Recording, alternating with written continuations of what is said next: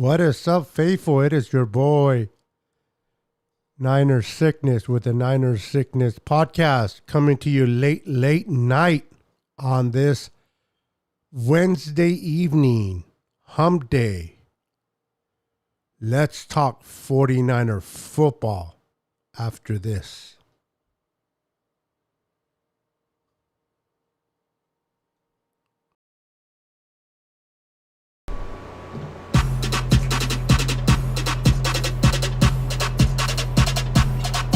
Roll up to the party, roll up to the party, roll up to the party, roll up to the party, roll up to the party, roll up to the party, roll up to the party, roll up to the party, roll up to the party, roll up to the party, roll up to the party, roll up to the party, roll up to the party, roll up to the party, roll up to the party, roll up to the party.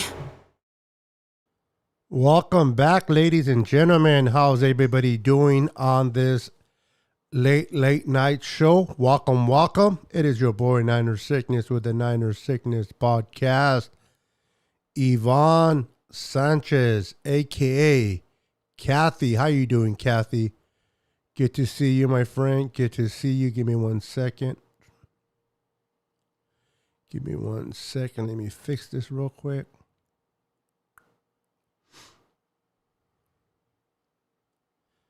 How are you doing, Kathy? Hope you're doing well. Hope you are doing well. Welcome. How's everybody doing? You know what? Let me see. I'm going to try something really fast. Hold on, guys. Hold on. Give me 1 quick second. Copy. All right. Go back. All right. Hold on, guys. Paste. All right, so put that right there. All right. Perfect. Okay, got it going. While I am going to be 73 years younger this Saturday. Oh, wow, this Saturday. Well, happy birthday.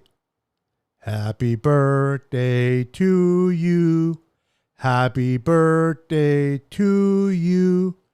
Happy birthday, dear Yvonne. Happy birthday to you. Happy birthday, Yvonne. Just in case I do not come on Saturday. 73 years young. Welcome. Lucky. There he is. How you doing, Lucky? Lucky Niners. I like it. You changed it. Lucky Niners. Welcome, my friend. Thank you for wiping your feet. Appreciate that. Yvonne, thank you for wiping your feet. But on that note, everyone else barely coming in right now, please do me a favor and give me the courtesy of please wiping your feet before entering and smashing that like button for your boy. Niners Sickness. Show me that love. Give me a second, guys. Allergies are kicking my butt. All right, here we go. Making sure everything's working properly. Okay, perfect. So how's everybody doing tonight? How's everybody doing? Are you guys ready to watch some football tomorrow?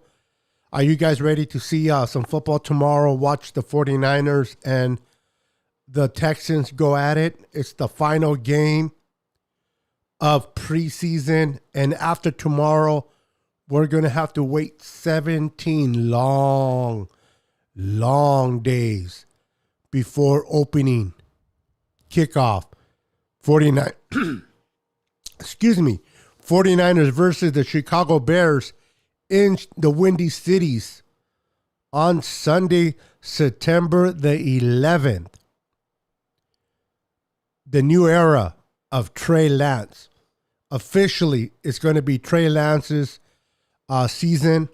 We're either going to sink or we're going to swim. But we're definitely going to do it with the young man at the helm. I'm excited to see what Trey Lance does this year. I'm optimistic. I think this kid's going to be special. I think this kid's going to do a lot of great things for this organization, for this offense. I think Kyle Shanahan is going to be able to evolve even more in his play calling with this young man under center. But how confident are you guys with the offensive line? How confident are you guys going in right now with that offensive line? Let me tell you, that offensive line tends to worry me just a little bit. Now, we're okay at left tackle with the big silverback Trent Williams. Aaron Banks, even though the potential's there, he is a high draft pick 2 years ago. He hasn't really proven much in the regular season. So he's up for grabs. We're going with Jake Brundle over Mack. So that's a question mark as well. And then it looks like we're going with the rookie, Spencer Burford, at right guard. And even though he's been looking very good and promising in training camp and in preseason, it's preseason. He hasn't faced anybody yet.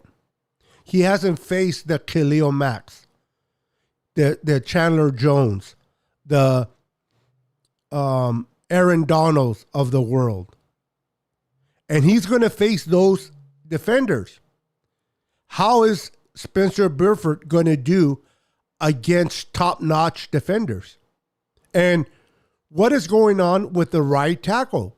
Mike McGlinchey hasn't healed up, and now he's having issues with his knee, flaring up. Is he going to be a go in 2022? Or are we going to be forced to play McKivitz? I know McKivitz is starting tomorrow in that final preseason game against the Texans. But week 1 against the Bears, is it going to be McKivitz? Because we know that although Daniel Brunskill can play that position and better than McKivitz, Daniel Brunskill is hurt. So do you feel comfortable going into week 1 against the Bears? And I understand the Bears are not a good team. I understand the Bears are defensively are not the same as last year. Their offensive line is not good. I understand all that. But they are still a professional team. And if the 49ers don't protect Trey Lance, we're going to be in trouble. They need to protect Trey Lance at all costs. And who are we going to go into this game week 1 against the Bears? Is it McKivitz? Is it Mike McGlinchey? Is it Jalen Moore? I mean, don't you guys think it's kind of late in this part of camp to be playing musical chairs with who's going to play where? I'm really curious to see what the Niners are going to do. Mariah from 49er Faithfully is in the house. How you doing, Mariah? Welcome to the channel, my friend. Welcome to the channel. Good to see you here on this late night talk show. As you just came in, I'm talking about the 49ers offensive line. As you know, being a content creator yourself, that there is legitimate concern going into this season at the offensive line. Now, I haven't spoken too much about the defense because we know that the defense is pretty much set. The defense is pretty much set. But what is going to happen with the offense? Are we going to be able to protect the young man, Trey Lance? I understand Kyle Shanahan is going to scheme up plays to kind of lighten the load of the offensive line. And then we're going to break it down a little bit more in a few minutes, but the running back positions, a lot of people have been upset and disappointed with Trey Sermon. People have been upset and disappointed with Trey Sermon. But is it Trey Sermon or is it the offensive line? Or is it a combination? Because people are going to tell me, and don't get me wrong, and I want to make sure I'm clear on this. I like the fact that Jordan Mason looks better and is playing better than Trey. Okay? But when Jordan Mason comes into play, they bring in Jason Poe, which I think this kid is special. Kid is special. And I don't know if it's fair to evaluate Trey Sermon with Jordan Mason. How much is it the offensive line not protecting and opening up lanes? And how much is it Trey Sermon? And those are the things we're going to break down in a few minutes. Shifty 49ers Talk. Welcome to the channel, my friend. Hey, man, hope you're having a good night. I'm having a wonderful night. Chilling, relaxing. I feel, I told my wife, you know what? I'm going to go into my office and I'm just going to go live. Let's see who's up at this hour on Hump Day. So glad to have you on board, Shifty. Thank you for being here.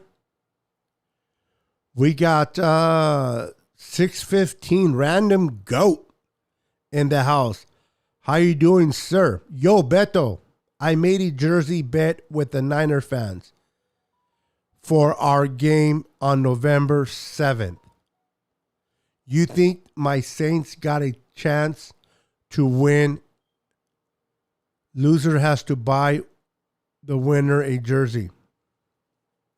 Well, I know that the Saints are playing in Santa Clara.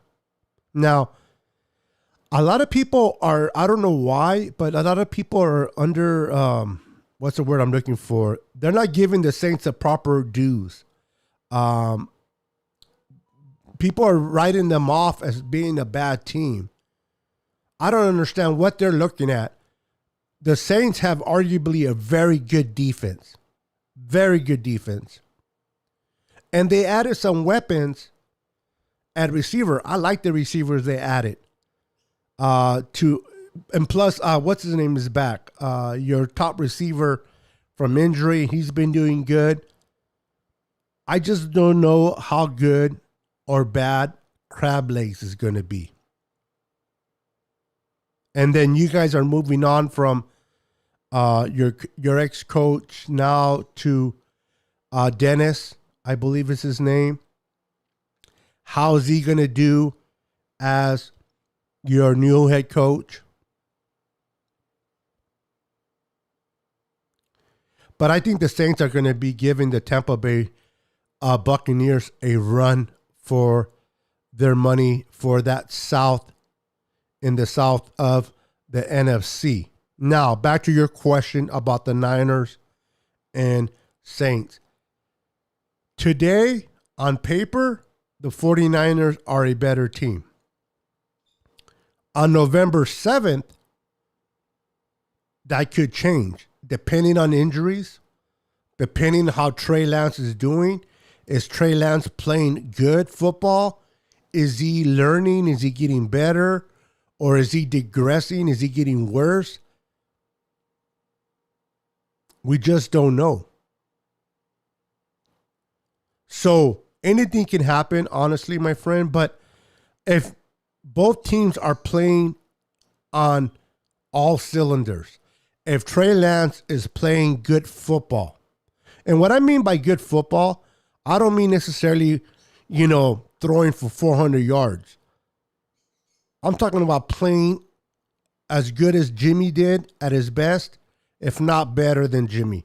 just don't hurt the team. If that is the case, and this is not me being a homer, I think the Niners will win that game. But the Niners have to be on all sides. Because what people don't realize, Random Goat, is this. The Niners defense is going to be, if not the number one defense in the NFL, should be at least top 3. Our pass rush is going to be fresh, legs, dominant as it has been in past years.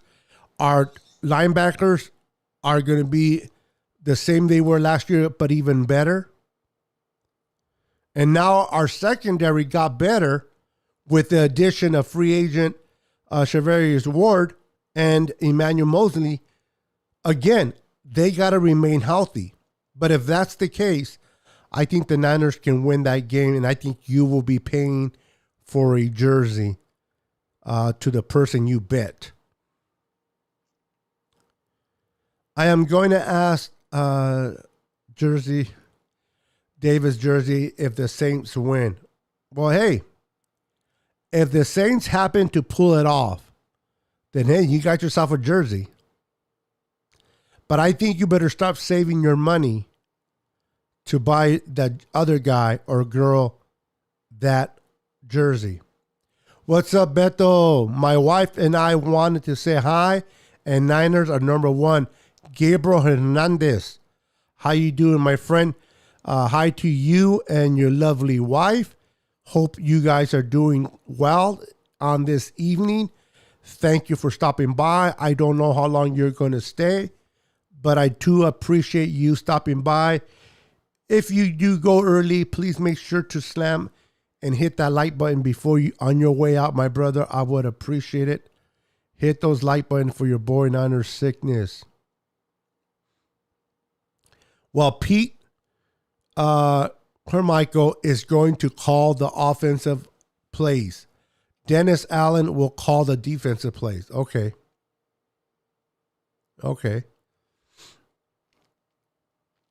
I'll let you get back to talking about the Niners. Just wanted to say my piece. Listen, you are always welcome in this channel, my friend. I welcome all fan bases as long as they keep it respectful. I don't care if you talk trash about my team. You know, the Niners this, the Niners that. I'm okay with that. But as long as people keep it classy, everyone's welcome. You, my friend, are always welcome to return to my channel anytime you feel like it. And hopefully after November 7th, you can stop by and say, man, that was a close game, but your Niners won. But thank you, brother. Thank you for stopping by. And who knows? The Niners might just give you that free jersey. You never know, my friend. You never know. Let's see here. Make sure to hit that like button, guys. Make sure to hit that like button for your boy Niners sickness. So, we play tomorrow, the final game of the preseason. I'm praying for no injuries, obviously, but let's keep it real. The Niners said that they're going to play Trey Lance and probably the offensive starting lineup for the first half. Now, defensively, I don't think nobody should play. That's just my personal opinion. Defensively, I don't think nobody should play. We know what we have it defensively. We know what we can do defensively. Offensively, even though I am more on the side not to play our starters, but I do want to kind of see what Trey Lance can do, especially if we had a set offensive line, if we had a returning offensive line that were already playing together, then I would say no, don't even play Trey. We'll just start off fresh week 1. But the fact that we're kind of playing musical chairs with these linemen, I want to see a little bit what Trey can do. And I want to see the running game. I want to see what Trey Sermon's going to do. I want to see if Jordan Jordan Mason will beat out Trey. Now, we know that Kyle Shanahan loves to hold on to high draft picks. Perfect example, Jalen Hurd, third round receiver, never played a down in the NFL, yet the Niners, particularly Kyle Shanahan, kept him on the roster for 3 years. That doesn't loom well for Jordan Mason, the undrafted free agent. Now, two things can happen. Kyle's going to stay stubborn and continue to keep high draft picks over better potential players, or Kyle Shanahan learned from the incident of Jalen Hurd and said, you know what? Regardless if you take somebody in the first, second, third, or fourth, or fifth, whatever round, it's who is making your team better. Who is making your team better? Is it Jordan Mason or is it Trey Sermon? Who is the better back going into the season you feel that you can win with? And I think Shanahan should go based on that and not necessarily based on, well, Trey Sermon was drafted in the third round, so by default, he's going to be on the roster. I think the Niners should really evaluate this running back. And I know a lot of people say, well, you know what, we can let go of JaMycal Hasty. But hey, JaMycal Hasty, in my opinion, has been making a fuss. He's been making it hard for the Niners to cut him. I mean, the way he's been playing in these last two preseason games, the way that he's been doing in practice, he's a shifty, quick back that can catch from the backfield, has good hands. He has definitely made it hard for us to just cut him like that. Now here comes Jeff Wilson Jr., older back, the oldest back on the roster. People say, well, they should cut Jeff Wilson Jr. because he's the oldest and just rolled with the rookies. But in all reality, we need to understand this, that Kyle Shanahan's offense is complex and you got to play it and play it well. We can see how Trey Sermon still struggles with that offense. It looks like TDP might take a minute to pick it up. Going into this season, we know what Elijah Mitchell can do, but can he stay healthy? That's the number one question. I think the Niners feel more comfortable going into the season knowing that even though Jeff Wilson Jr. is older, he knows this offense. And when he's healthy, he plays well. And I heard that he's coming thinner, leaner, and playing better this off season. Jeff Wilson Jr. knows the offense. Kyle tends to go with veteran over rookies. So I see Elijah Mitchell, Jeff Wilson Jr., TDP because he was just drafted this offseason, Trey Lance. So the battles, let me back up a little bit. The battles is going to be between, in my opinion, between Trey Sermon, Jordan Mason, and JaMycal Hasty. Those are the three backs that are going to be really battling out, in my opinion. I think the backs that are safe is going to be Elijah Mitchell, Jeff Wilson Jr., and TDP. And obviously, Juice. I think the Niners go with 4 backs and Juice, which is total of 5. So 5 running backs, but of course, Juice is the fullback. And who are those four going to be? Well, I mentioned Elijah Mitchell. I mentioned Jeff Wilson Jr. And I also mentioned TDP. That's three. So there's only one spot left. Who does that last spot going to go to? Is it going to be Jermichael Hasty? Is it going to be Trey Sermon? Or is it going to be Jermichael Hasty? Who's going to win that fourth spot behind TDP? That's going to be interesting. Is Kyle Shanahan, is he going to go with the roster, with the high draft pick, which is Trey Sermon? Or is he going to go with a better player, which is Jordan Mason?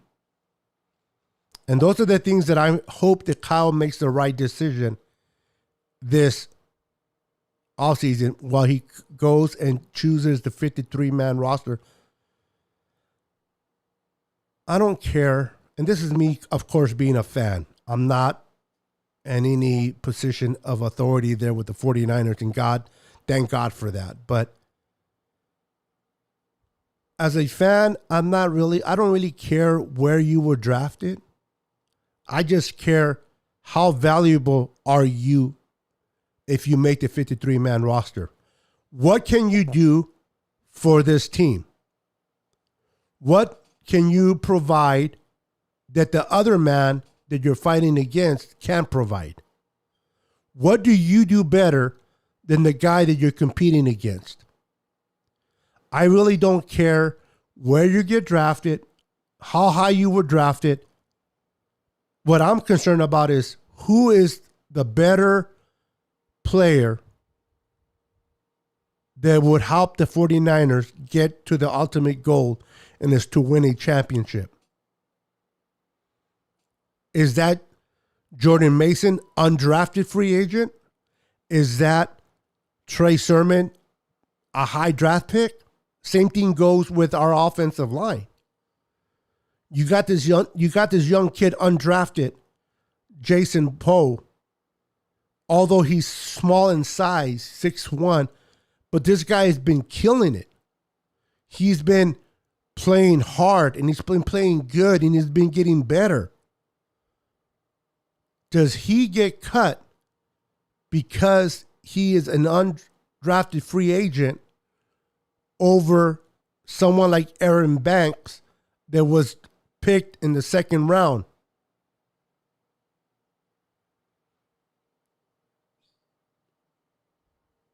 These are the decisions the Niners are going to have to make if they want to be successful and win the Super Bowl. They're going to have to make the hard decision. Can you imagine the tabloids and the media? 49ers cut or trade Aaron Banks to make room for the undrafted free agent Jason Poe. What? But who gives us a better? I'm not saying Jason Poe's better than Aaron Banks. Relax. What I'm saying is whoever is competing, whoever gives the 49ers the best chances of winning, that's who I want to go with. Because people think, well, you know what, Niner Sickness, listen, if we cut Jason Poe, he's going to clear waivers, and we can bring him to the practice squad, and then keep him there in case we need him and continue to develop him. That is, in a perfect world, that is what I would love to do. Cut him, bring him back on the practice squad, and continue to develop him. Maybe he starts next year. But reality is, there are other teams out there that may been hearing about Jason Poe and says, wait a minute, the Niners may not be able to use him this year, but we can. And they come underneath like an eagle and scoop him up and take him from us. Then what? Do we take that chance? Do we take that chance?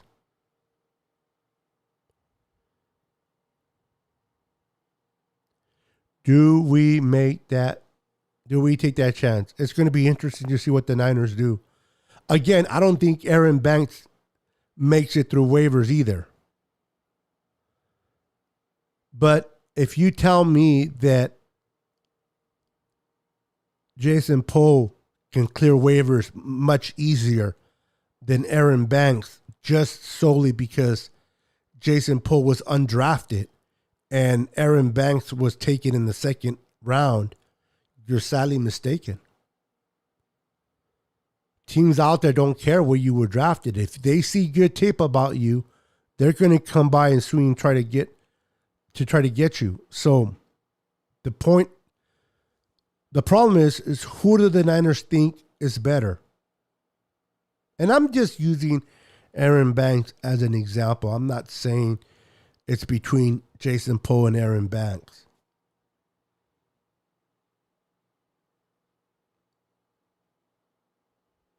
Do the Niners just take a risk? Is Aaron Banks just too valuable of a draft pick that even though Jason Poe is here and Aaron Banks is here, they're still going to go ahead and take a chance and take a flyer with Aaron Banks and just sit there and go, well, if Jason Poe clears waivers, we'll bring him back on. And if he doesn't, well, it is what it is.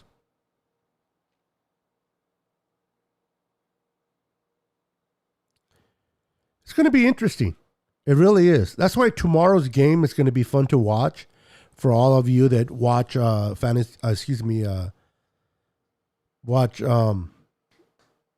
preseason football. I understand that winning or losing, other than the morale and the fan base, yeah, we won, it doesn't mean nothing. It doesn't mean anything.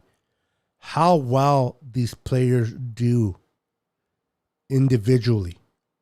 How are they tackling? Are they making the right cuts? Are they reading the right holes as a running back? Are you making the right moves? As a offensive line, are you anchoring down right? Individual play of these young kids, the evaluation is going to be going on tomorrow for these coaches to evaluate who's going to make the team and who's not. Our D lineman is deep, but we are running deeper D lineman than we're going to keep. Okay, so imagine that. Let's say we keep 11 D linemen. If I'm not mistaken, don't we have like 13 or 14 D linemen on the squad right now? And if we have 14 and we're keeping 11, who's going to stay and who's going to go? So I think these D linemen are going to be working their butt off to try to make this roster. We got backup linebackers that are homing in as that backup to Fred Warner, Aziz, or Greenlaw. Excuse me. And a lot of these young kids know that maybe Greenlaw or Aziz won't be here the following year because they're going to get paid more money from another team, that spot might become available in 2023. So they're not only fighting to make it this year, but they're fighting to prove to the coaching staff that I am the future to replace either Greenlaw or Aziz. And then I've been talking a lot about defense. What about the offense and the receiving core? We got quite a bit of a battle at the receiving. Now, I am comfortable with Debo, obviously, Brandon Ayuk, Ray-Ray McCloud, and Danny Gray. Is Jawan Jennings safe? Is Jawan Jennings safe to make that 53-man roster? We know what he can do in regular season games. We know that has helped us out, but we also know he drops the ball quite a bit. But he's a great blocker. But let's just say, for the sake of argument, we keep Jawan Jennings. So I'm going to name the 5 again. Deebo Samuel, Brandon Ayuk, Jawan Jennings, Ray McLeod, and Danny Gray. That is your 5 receivers. If we go with 6, who's going to get that 6th spot? Malik Turner has been looking good at receiver. He made that great play on special teams, knocking the ball out for us to recover. There's a other kid. I forgot his name. I can't think of his name right now. He looks promising. So do the Niners go with 5? Do they go with 6? Do the Niners go with 4 tight ends? Or maybe just go with 3 tight ends and go with an extra receiver?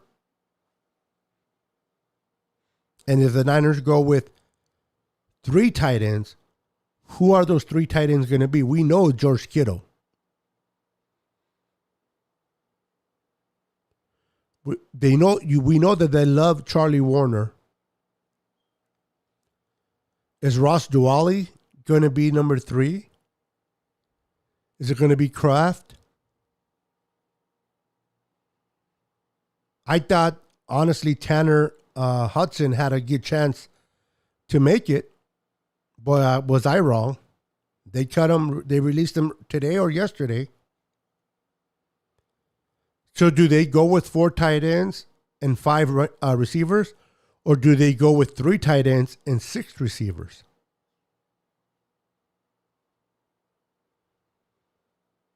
After Thursday, it's going to be interesting, man. It's going to be interesting to see who makes the 53-man roster and who doesn't. Do you think that there's going to be shocks? Are there going to be cuts that you're going to be like, oh my God, I did not see the Niners cutting so-and-so. I did not see the Niners cutting this person or cutting that person. Or the opposite reaction. Oh my God, I cannot believe the Niners kept this player over that player. But cuts have to be made.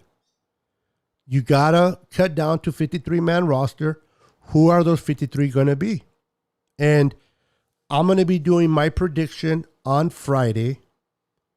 So stay tuned to my channel on Friday. I'm going to be doing my final 53-man roster for the season and see if I was correct, not correct, kind of close, or holy cow, you were way off. And if you want to come along with me tomorrow, on Friday, and make your predictions in the comments, you are welcome to tune in.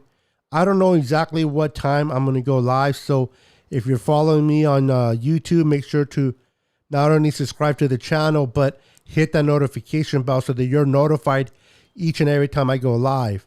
And if you're following me on YouTube, Twitch, or Twitter, I believe there's ways to be notified there as well.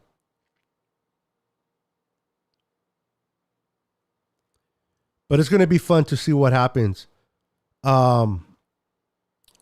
Tomorrow, I want to keep an eye on the running backs.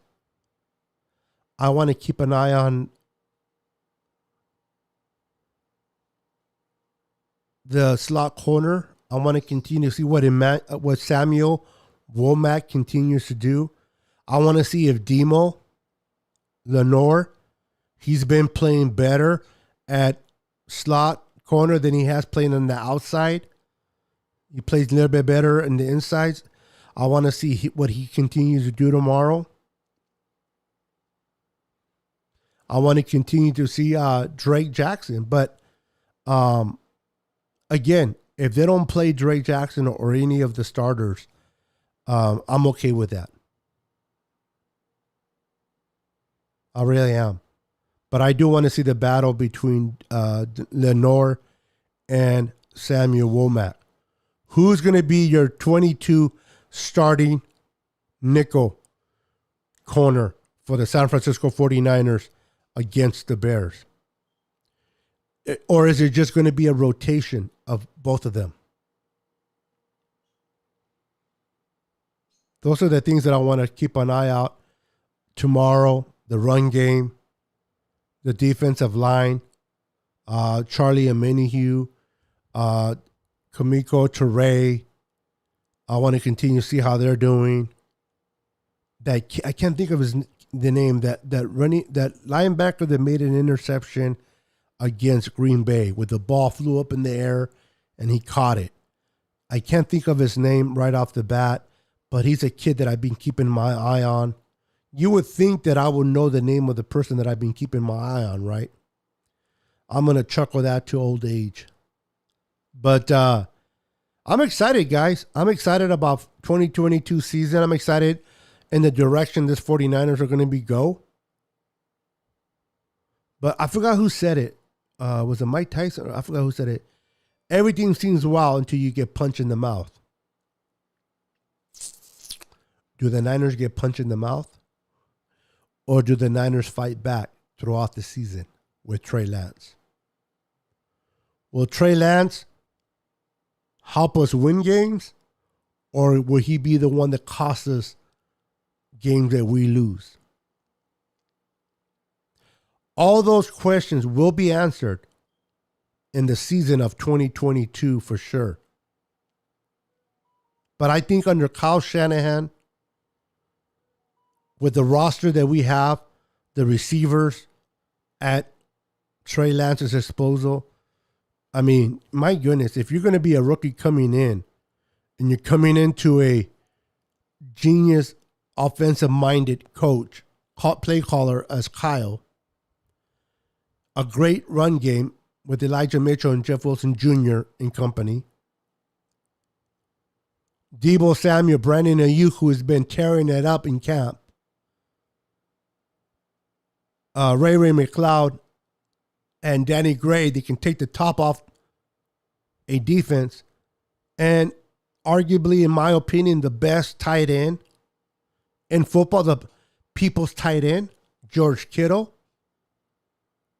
With this roster, offensively, arguably the best tackle in football, and the big silverback, Trent Williams. This kid is coming into a great situation. And he has arguably a top 3, if not a number 1 defense to sit there and get him the ball back if he happens to make a mistake. Me personally, I don't think that Trey has to overdo things. I don't think he has to be the savior. I don't think he has to be like this 4,000-yard thrower and 35 touchdowns to 10 interception ratio. I think that if he can just 28, 29, or 3,000 yards, 20, maybe 25 touchdowns, 12 interceptions, I think that'll be a good year. He doesn't have to do too much. He just got to make sure he doesn't be he's not the reason. He shouldn't have to be the reason why we win. Just make sure you're not the reason why we lose. And I don't think it will be. I think Trey is smart between the years. I think this kid gets it. I think this kid makes quick reads, processes very well. And I think he's going to be able to handle what opposing defensive coordinators are going to be throwing at him. I think he makes the proper adjustments and plays well. And it doesn't hurt to have arguably the best defense backing him up.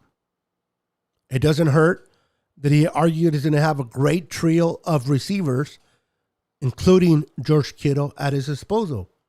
It doesn't hurt that he can run the damn ball himself or has running backs that do it for him.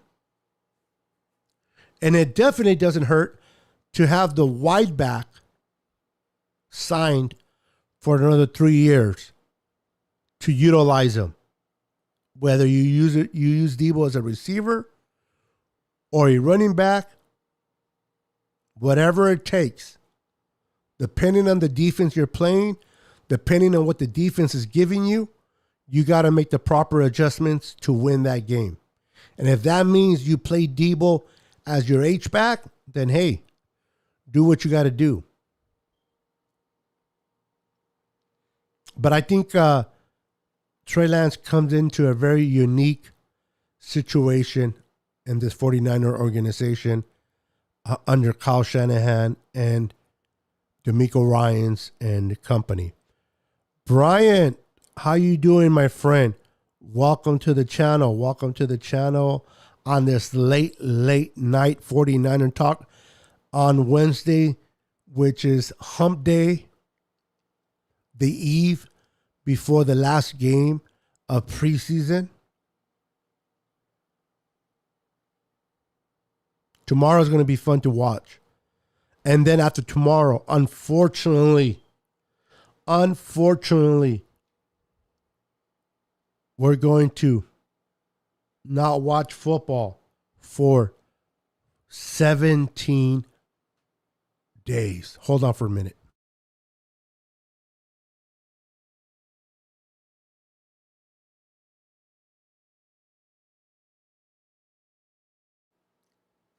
Ooh. I love water with lemon. I use water and then I put lemon in it. The lemon's been sitting in there for me, so I had to stir it up. So I muted myself, so I didn't want to, you hear me mixing that up. But I'm excited about tomorrow, guys. I'm excited about this season. I'm excited about what Trey's going to do this year. I'm looking forward to going on the journey with our QB1. I'm okay with going with the ups and downs roller coaster. I'm strapping myself into the cart. If we go up, we go up. If we go down, we go down. But I'm riding the 2022 season with my QB1. And I'm going to support him. Now, am I going to criticize him if he makes some bad plays, depending on what plays they are? Of course, that's part of my job as a content creator. But am I going to cut him a little bit of slack over someone like Jimmy that has been a vet and shouldn't be making those type of mistakes? Absolutely yes. Absolutely yes.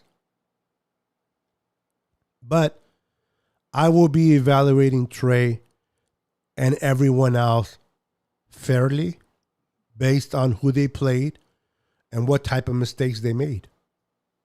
Were those mistakes made because the offensive line wasn't protecting well? Was it made because he'd made the wrong read? What? And you can only tell by watching the All 22 film, right? And then I'll come on here and I'll give my takes on what I thought of that game based on what I saw and share it with you guys. But I'm not going to be a homer, and I'm not going to be writing any Trey's blank, blank, blank either. I'm going to speak what I see, and people may agree with me or disagree. That's fine, and I welcome that. That opens up the dialogue for conversation. I bring up a point on Trey. You may not agree. Within the comments, you can ask me, hey, Niner Sickness, you know what? I don't agree with this. Oh, why don't you? Well, this is why I don't agree. Oh, okay, well, and we can go back and forth and have a good discussion. I welcome that this year. So I appreciate you guys watching in. I appreciate you guys tuning in to the Niner Sickness podcast, especially at this hour, this late, hanging out with me. You guys are amazing. I appreciate each and every one of you. Continue to support me by following me on all my platforms. Follow me on Twitter, and I'll follow me on Twitter at Niner Sickness 49.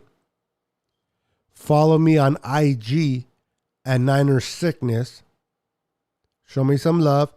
If you're not following me on Facebook, I have a page and a group that you can be part of. You can be part of my page and my group on Facebook. Go and check that out. And if you are watching me on Facebook and you haven't made your way over to YouTube, do me the favor and the courtesy of coming over to YouTube, subscribing to my channel, and supporting it for your boy Niner Sickness.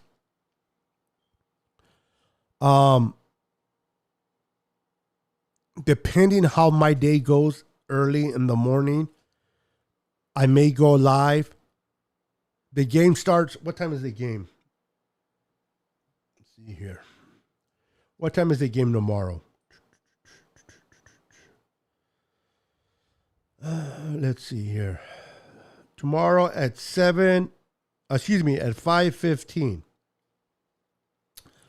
So the game's tomorrow at 5:15. I'm making no promises, but I might go live about 4 o'clock for about a half hour. 3:30 or 4 for about a half hour. And I'm going to title that live 49er versus Texans game prediction. And this is where you come, you share your game prediction on that. Don't do it here because I probably won't see it. On tomorrow between 3:30 and 4. Now I don't know if I'll go live, so please keep your notifications. Depends on how busy my day is tomorrow. But I'm going to try to go live at 4 o'clock for at least a half hour so that I can get everybody's predictions. And then the winner gets a 49er patch. So keep an eye out for that.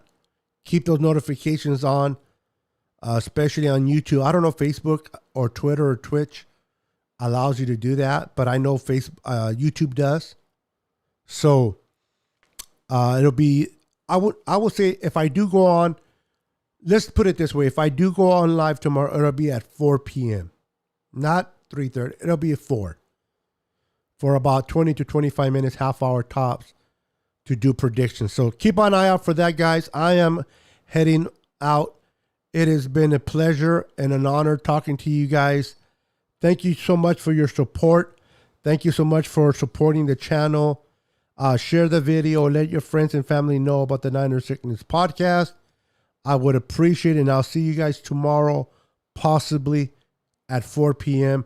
for a game prediction. God bless you. Good night.